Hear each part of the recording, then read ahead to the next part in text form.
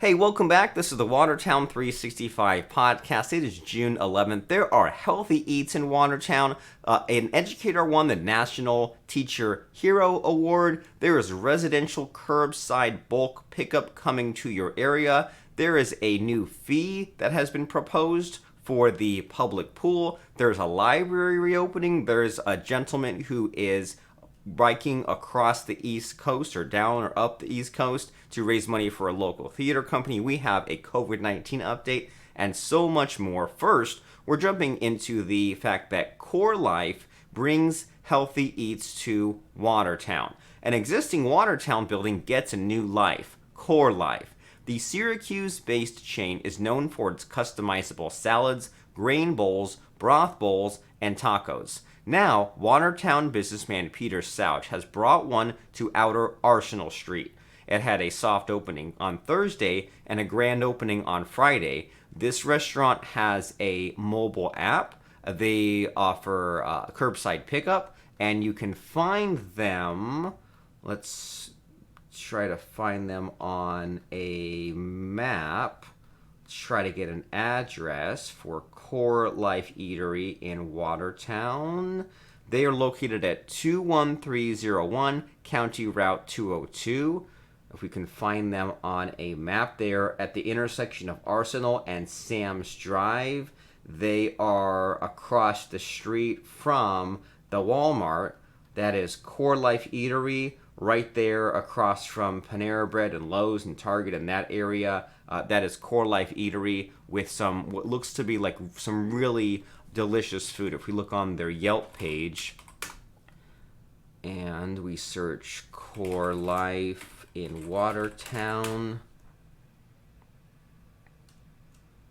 CoreLife Eatery, they are open 11 a.m. through 8 p.m. Their website is corelifeeatery.com. They serve poke bowls. They serve barbecue chicken. So their website is corelifeeatery.com. If we look at the menu, there's grain bowls, there's steak salad, there's spicy Thai chicken and rice noodle, there's purple rice, there's kale Caesar chicken, all kinds of interesting and delicious and healthy dishes. That is CoreLife Eatery in Watertown, New York. And switching gears, speaking about education, Carthage General Brown Elementary School teachers in finals for National Teacher Hero Award. Two North Country educators are in the finals for a national award recognizing heroism. The Utica National 2021 Teacher Hero Award is in its final rounds, and Aisha Hunt from the General Brown Central School District and Leslie Babcock from the Carthage Central School District are among 25 national finalists. And we'll find out about the winner of that award on June 18th, 2021, and the teacher receiving the most online votes receives $500. So if you can go to uticanational.com/teacher heroes, then you can vote for your favorite teacher. And this is a national contest.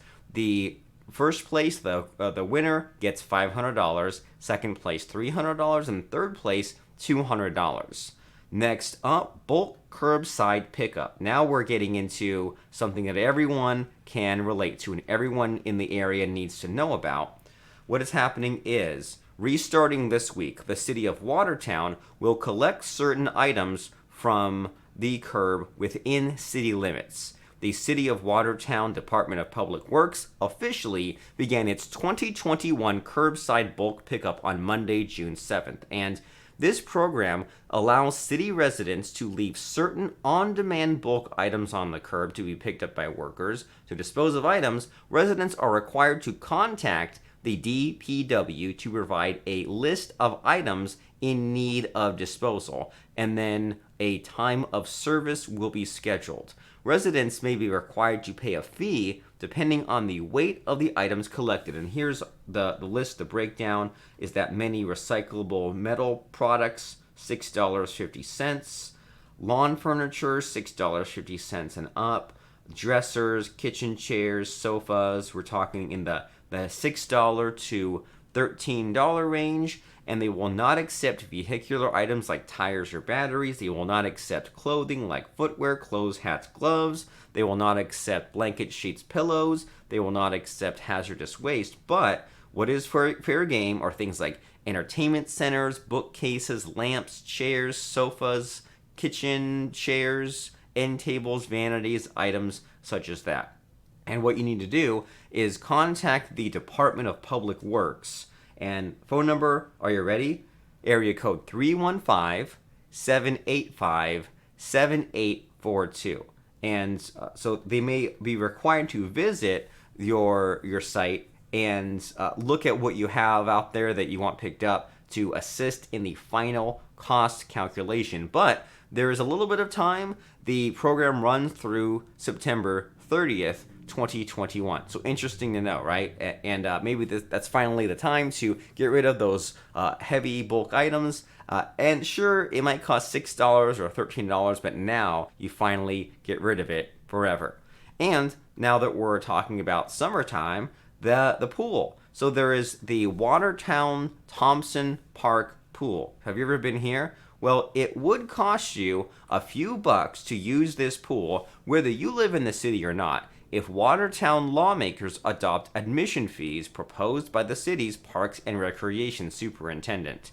City council members floated the idea of charging people to use the pool at a meeting in May, but on the city council's agenda for Monday night, Parks and Rec Superintendent Scott Weller is proposing a $3 daily rate for city residents and $4 for non-residents. The group rate for organizations such as schools and camps is $2 per person for both residents and non-residents, and season passes for a city resident are $30 and $40 for non-residents. Family season passes are $90 for city residents and $120 for non-residents. So here's what Weller said in his report.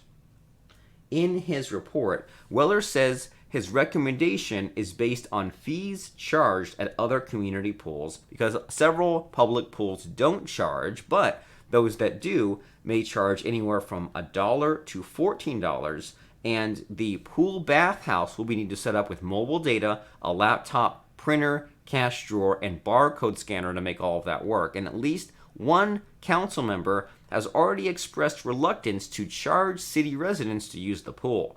Sarah Campos said at the meeting where the idea came up that while having a new source of revenue is good, City of Watertown residents are paying for those amenities through their tax dollars, and the people who don't live in the city should contribute to its amenities they use. So what do you think about this? Well, if you have Facebook handy, if you're on Facebook, go to facebook.com/Watertown365, and wherever we're mentioning this, leave a comment, and even better, if you can't find a good place to share your thoughts, click on the send message button and send us a message telling us what you think about this public pool situation, and we may read your comments on air or at least look at what you have to say. Now, there is a library reopening. It's the Watertown Flower Memorial, and the children's spaces are reopening to the public. Let's find out all about that. It is the Roswell P Flower Memorial Library. They are reopening library spaces this Friday.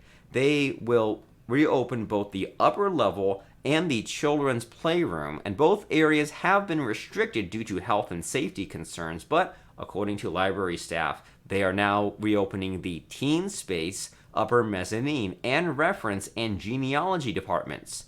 Appointments are no longer required for genealogy inquiries, but those appointment-making requests remain encouraged. So if you can, schedule an appointment if you're doing genealogy there, and table space is available on a first-come, first-served basis. Visitors are permitted to use the playroom within the children's room and the family computer room. These listed spaces are available in addition to the previously opened portions of the basement and main floor. The library's South Reading Room will also be available for use, but the library is currently not taking official meeting room reservations at this time. Flower Memorial Library visitors are also permitted to remove face masks if fully vaccinated and able to provide proof of vaccination. Library staff will be checking vaccination cards and IDs. Then, getting outside of town, talking about the general area, there was a man from Watertown who biked the entire East Coast in 51 days to raise money for a local theater company. The campaign is called Pedal with a Purpose. It's a 3,000-mile long competition. It was launched and led by Chris Stoll from Watertown, New York, which was aimed to give back to organizations that helped start his career in the performing arts industry.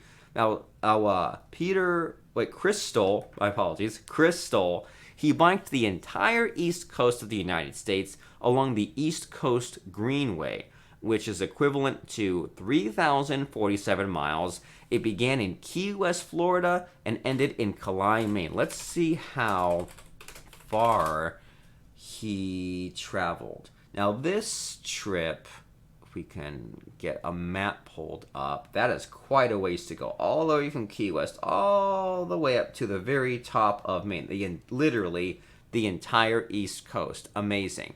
This ride was completed all while raising money to support the Watertown-based theater company Stage Notes.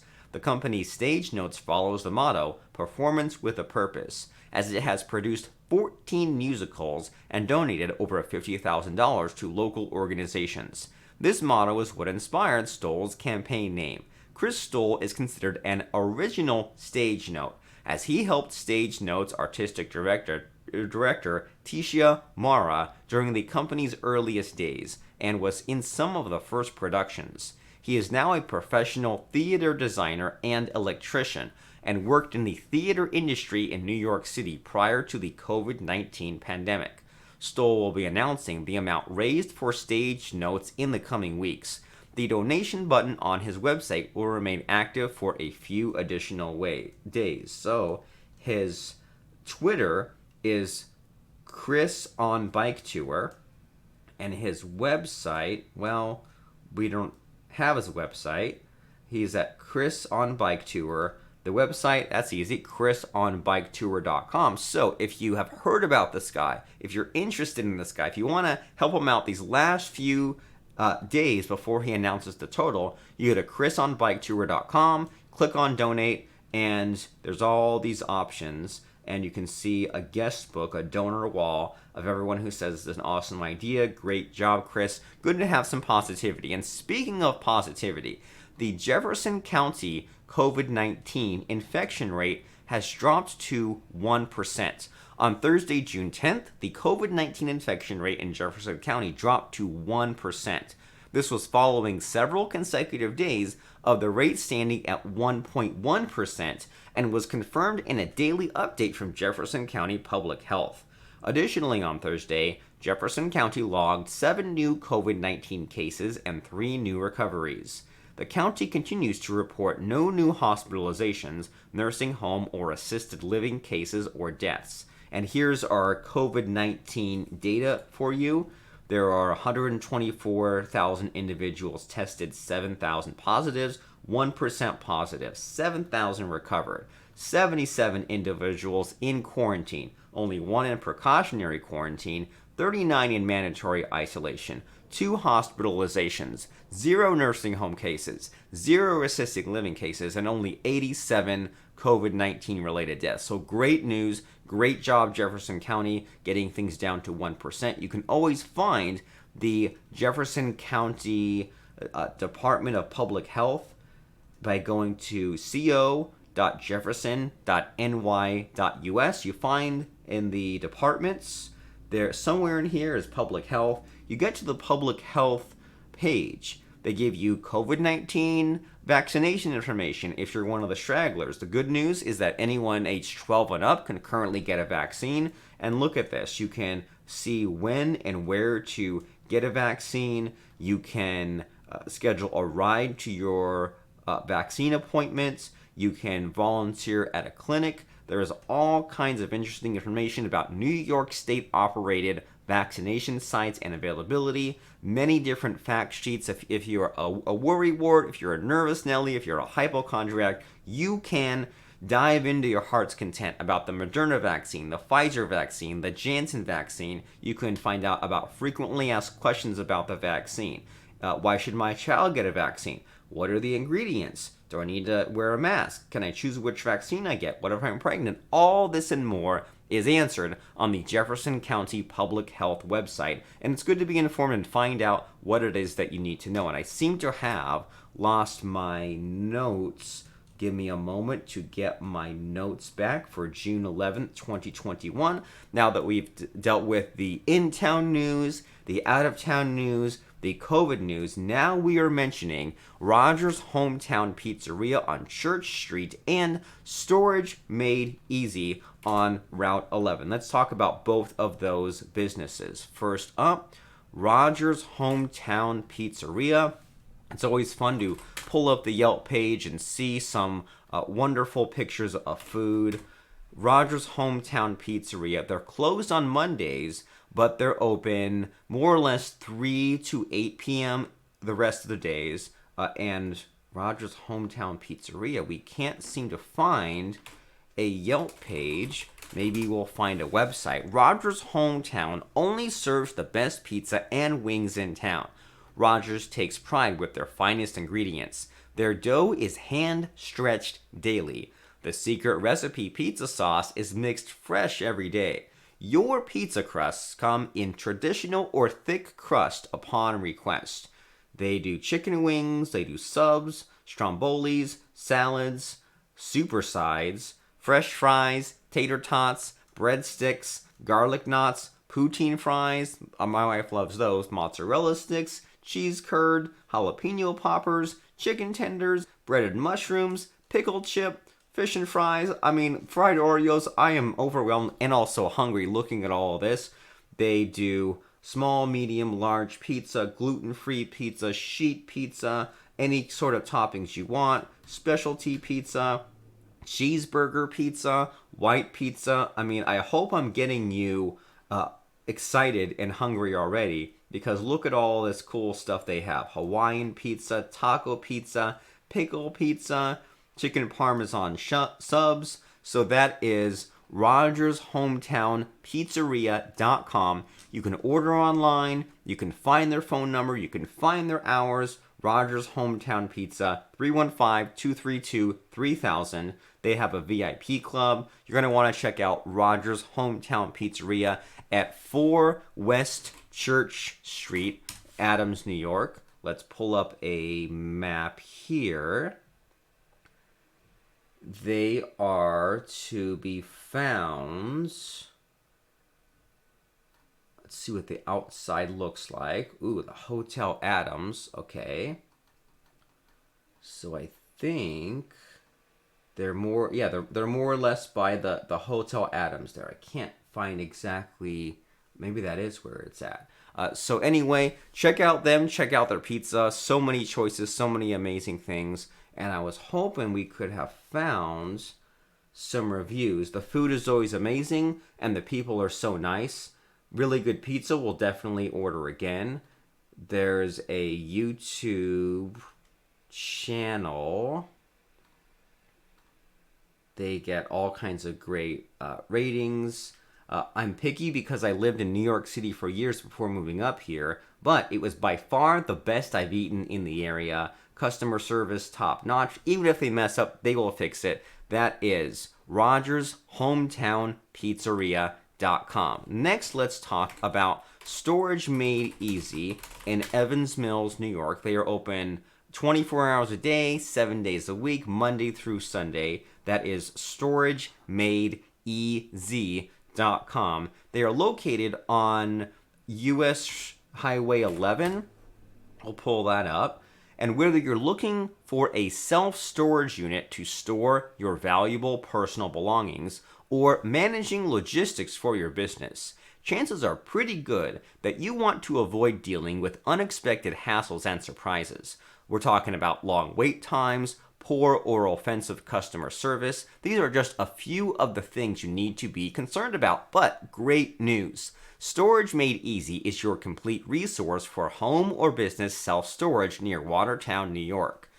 They are on Route 11, and they're past the Walmart up there, and they are near where there's an AutoZone, a U-Haul, a UPS store, a Days Inn.